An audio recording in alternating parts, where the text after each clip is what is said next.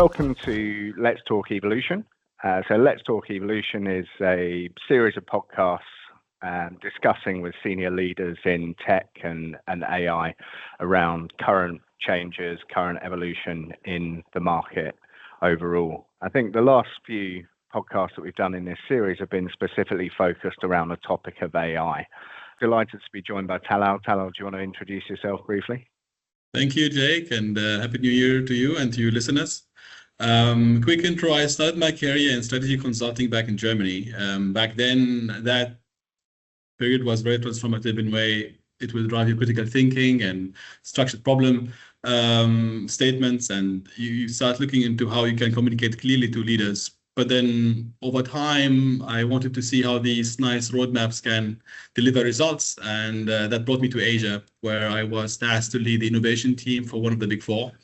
And my team suddenly changed to a group of designers and engineers who were tasked to operate as a startup as a service, I call it, where we're acting as entrepreneurs within the firm and entrepreneurs for our clients, allowing us to build these things quickly. And now, past 4 years, I would say, clearly focus on building custom AI application for enterprise that work in real environments and deliver value for our clients. Now I'm taking the next step to join one of the tech consulting companies where we can deliver these solutions at scale. I think working with clients who are equally passionate and motivated by creating impact for them, for their organization, for their clients, and for our planet probably is what drives me most. Probably my journey in consulting, that's how also I see how AI will impact consulting in the future. Yeah. Fantastic. Thanks, Talal. So I guess the topic of this podcast is the future of consulting in an AI world. And we've heard a lot, there's been a lot of, publicity or, certainly rhetoric on LinkedIn around the traditional consulting model collapsing. That said, we've also heard how a lot of companies are prioritizing AI and Gen AI innovation and seemingly experience sort of limited ROI to date on large-scale AI and generative AI projects. So the focus of this podcast is really the future of consulting in an AI world. I'm kind of prepared 3 questions, but feel free to take it in any direction that you want, and we'll discuss along the way. So I guess the first question is, in a world where AI is reshaping every industry, what does the future of consulting really look like, and who survives the shift? Very nice. In my humble view, consulting without executions is a pure storytelling. And I think AI have exposed that to some extent. Not aggressively, but quietly. Today, you can generate beautiful slide decks and in clicks. You can get any answer you want very quickly, if you know what to ask, of course. I think what consulting traditionally has done perfectly is explaining complexity and giving clear recommendations. But today, with AI, clients demand more, and clients' understanding of consulting has also increased over time. So now clients want to consult not just to deliver these clarity and recommendations, but I believe they also want to see the execution and skin in the game as you embark on these solutions together. So plugging in now a new breed of consultants, I would call it, who are probably more AI native, who understood this tech. They just don't talk about it. They have built it, they broke it, they rebuilt it. Is probably what the new skills of consultants will demand more and more over time. Because anything else you can now get pretty quickly. So I don't think AI is eliminating consulting. I think just the consultant who are not evolving with the tech will be probably at a higher risk over time compared to the ones who are really embracing it and working with it on a day-to-day basis. Okay, fantastic. And I guess putting it more specifically, 6 months from now, what tangible value should AI consulting and advisory experts be delivering to those companies, and how will we measure it? How would we measure that ROI? Yeah. 6 months is quite a healthy time period to deliver a project with tangible results of the business, and also enough time to be honest about things if they don't work out. So in 6 months' time, if you are now to embark on an AI journey with a team of consultants, you should definitely expect an operating system that works in your environment, that understand your constraints, and is able to be adopted by clients and by your users. Not forced to, but they need to use it because they think it adds value to their day-to-day work. So these systems now are expected to deliver decisions faster. Users have to use them with more trust. They should hallucinate less or none, if at all. And in my view, the next evolution now for 2026 will be largely determined by the teams who sits in risk and compliance. I think those teams don't necessarily expect these tools to be more clever, but they need to be reliable, trustworthy, and explainable. Once you pass that hurdle, I think wide adoption will be embraced in the organizations. Until then, I think there's a lot of experimentation going on and fail and error, which was okay for 2025 and before, but now where we are in the middle of the wave, the C-suite is expecting tangible ROI very quickly. So unless you are able to pass through these risk and compliance and governance, and AI governance in particular, in your organizations, you will have big difficulties building anything that's scalable at large scale. So that's on what to expect in 6 months. I also can like share more from personal experiences. Like we can debate a lot on how to bring AI to other organizations, and we can spend a lot of time talking about governance.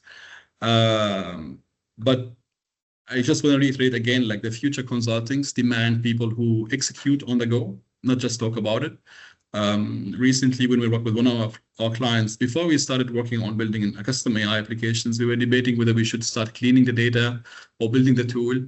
And what we did, we actually started executing and plug the AI on top of the data they are having. And that allowed us to see quickly, actually, what kind of data do we need to work on first, instead of trying to clear up the whole house.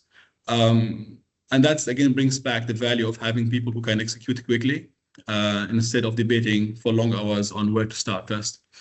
So that's kind of where I feel a 6 months project should bring in.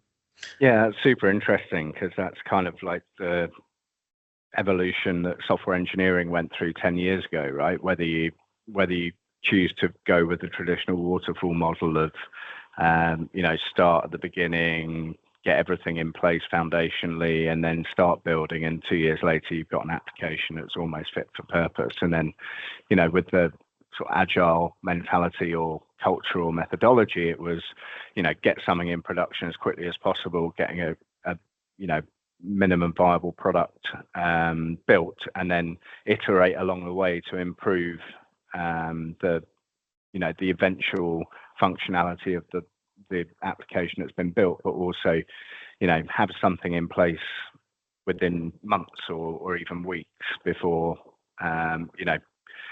focusing too much on getting everything perfect before you put anything into production. Do you see kind of similarities between those two things?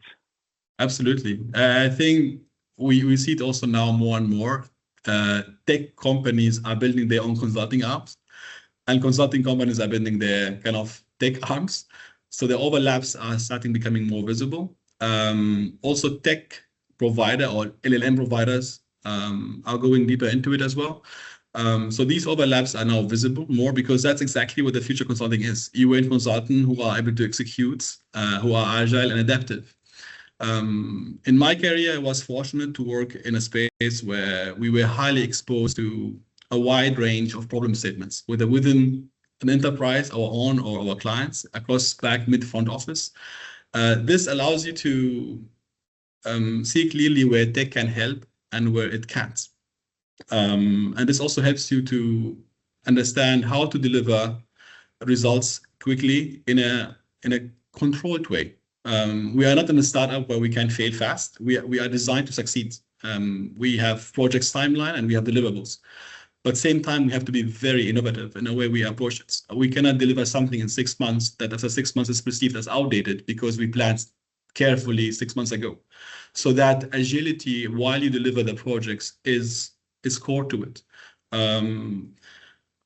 So back to that, when we build these systems, again, to your point, like having adaptive mindset and bringing that tech mindset into it is critical. In my team, I have product owner, I have project manager. They are two distinct roles. We have engineers and we have deep tech engineers.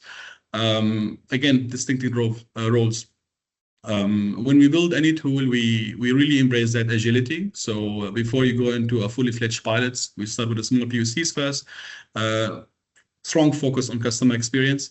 Again, while the LLM providers are advancing these LLMs, and these LLMs are getting faster and smarter, and we are talking about large language models and small language models and tiny language models, we can focus more on the customer experience and user experience in these specific departments, how we can harness these tools to allow companies to operate completely differently. And while doing so with the users, you are able now to extract more and more behavioral intelligence, because these tools are bi-directional. Users can ask questions. From their questions, they understand what they are expecting. And with that knowledge, I can now also shape the ingestion pipeline of my data. That agility is expected when you are building an AI.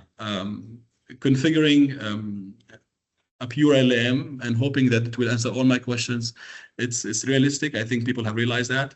The hallucinations bandwidth is massive.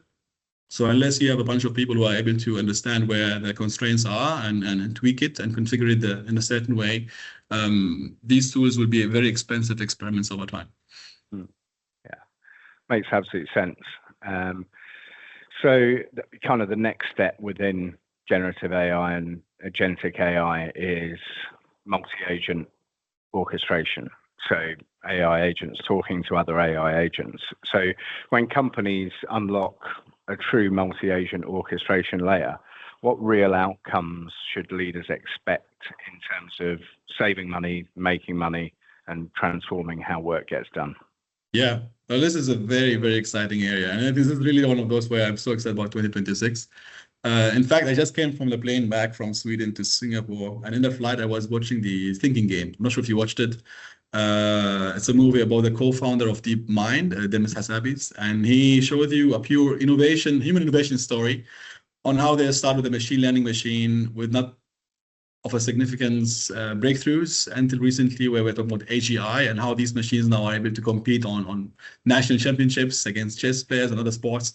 And break the protein code of structures, which for that he won the Nobel Prize in 2024. I think that space is now bringing that now from the research labs to the enterprise will be definitely a breakthrough if we are able to do it at that scale. Building multi-agent systems is something that we started with in the last 2 years gradually. We build agents for specific departments, an agent for policy, an agent for credit risk. Now building these augmented teams, so to say, that are able to operate with a certain oversight from the human, will open new possibilities. And it will also force you to rethink why I'm doing the business the way I'm doing it right now. Or why do I need these departments and the setup? They are being set up that way. Over time, humans always found ways to process and operate effectively, and that's why we have so many processes and compliances around it. But now if you find the smarter ways to cut through it, you would definitely reduce the decision circles and so on. So having multi-agent orchestrators will be one of those areas that we will be focusing on a lot. In 2026, probably many companies are also trying to build off-shelf products to bring that capability in the house. Take it one step further, multi-agent has also the word agents in it. So it means you're going to build more and more agents. So agent registry, who is responsible for these agents? How do you oversee these agents would be also a topic. Training these agents, probably more small language models, less of large language models, because we also realize in an enterprise context, you don't need 70 billion nodes to operate for a compliance query. Sometimes a basic RAG or advanced RAG can cut the job. All that will become part of that orchestration layer. And probably we will see a lot, and I hope, a lot of those DeepMind similar companies will evolve in 2026, who are able to push the boundaries and show us what we can do with this tech. This is definitely one of my mission for 2026, to bring these orchestrators to life.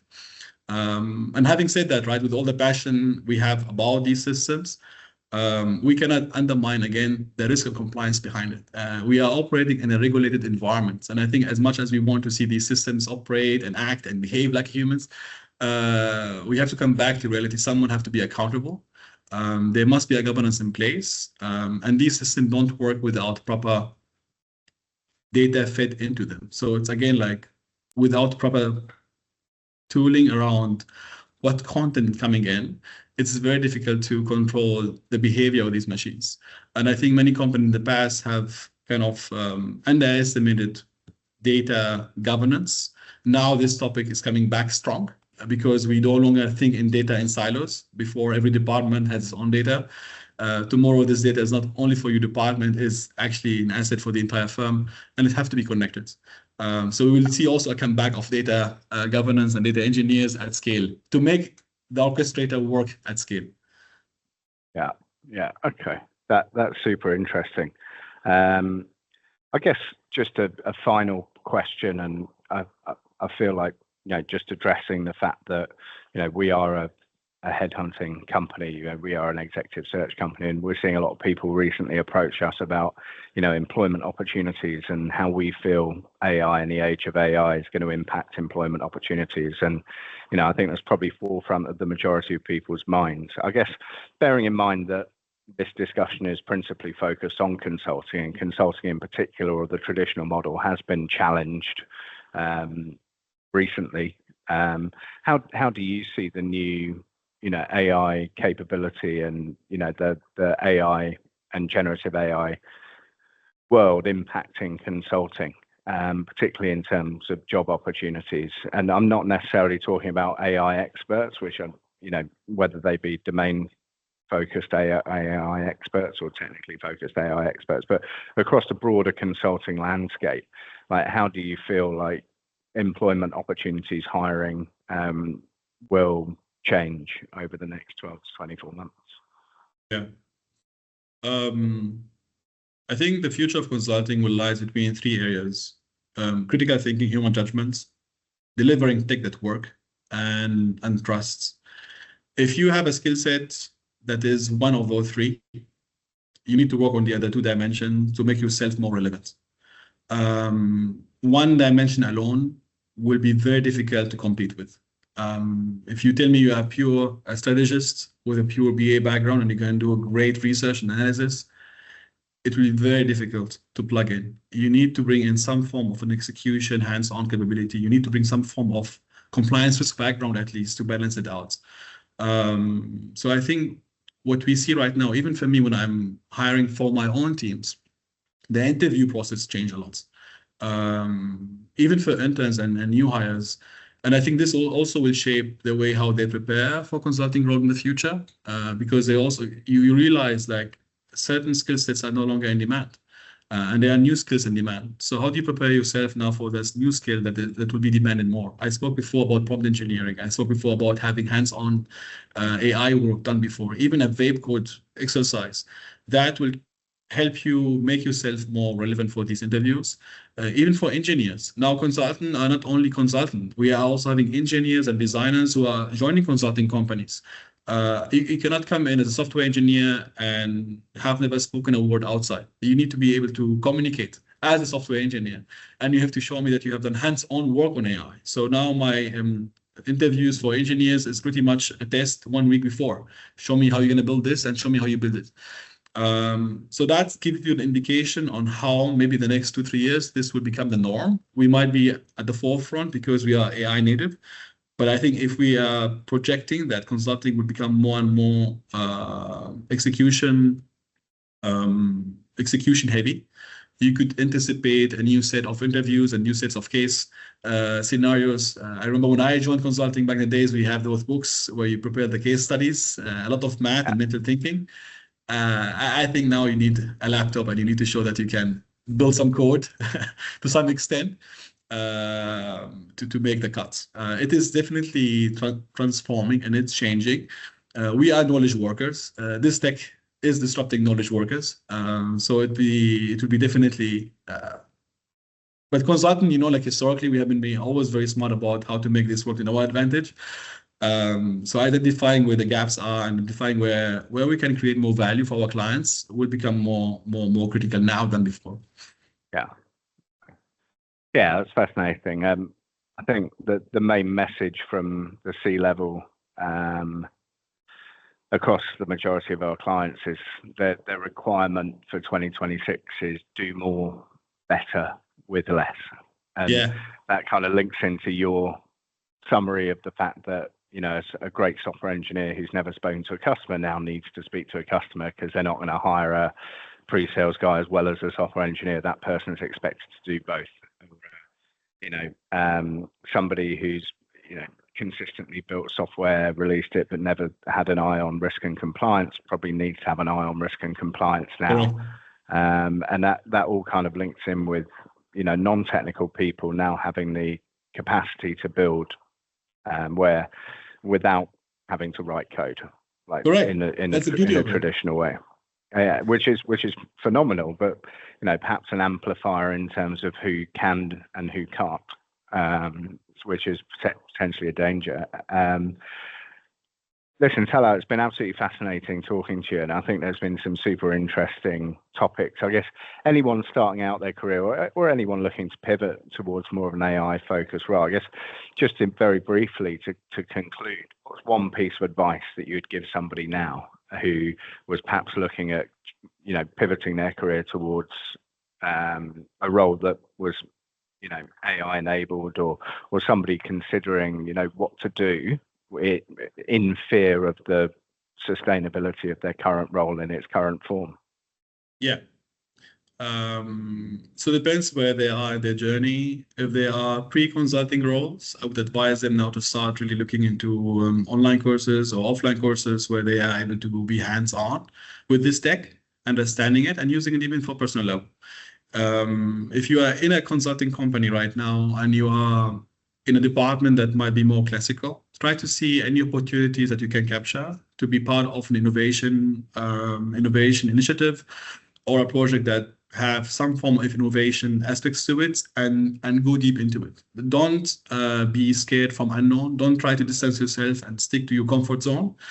We have that as a human. We love to stay in the areas where we are comfortable. Allow yourself to go somewhere where you haven't been before. That has been my journey now for the last 15 years. We embark into the unknown and we embrace it and we learn from it and we move on. So I think that would be my advice to both before and in. The tech is evolving so fast. So I feel the digital gap is also widening. So if you distance yourself from it early, you will have difficulty catching up. You need to find time to work on this. You need to find time to embed this in your work. And I'm not talking about using ChatGPT every day. I'm talking really about now going one step further and building your own custom systems and so on. So you need to stretch yourself a little bit, technically speaking, which we weren't forced to in the past. 100%. Yeah. I mean, I think, the people I know and trust the most and in AI, and I think a lot of people are claiming to be AI experts these days, but there's probably a handful who actually are. Obviously Demis is the one that's particularly I think knowledgeable and somebody to follow in the field. But I think that the piece of advice that I see from people who really know mirrors yours, which is do AI. Piece of advice is do AI. Don't talk AI. The number of people that I see who are leading big divisions of data and large ecosystems of people and go, oh, how many agents have you built? And it's none. And it's that won't cut in 2026. Now you need to switch on. Correct. Listen, Talal, it's been fascinating speaking to you, and I'm really grateful for all the insights that you shared. I think this has been a particularly insightful episode. So thank you again for contributing. Pleasure, Jake. Pleasure, and all the best. Thank you very much. It was a pleasure talking to you, and all the best. Thank you very much.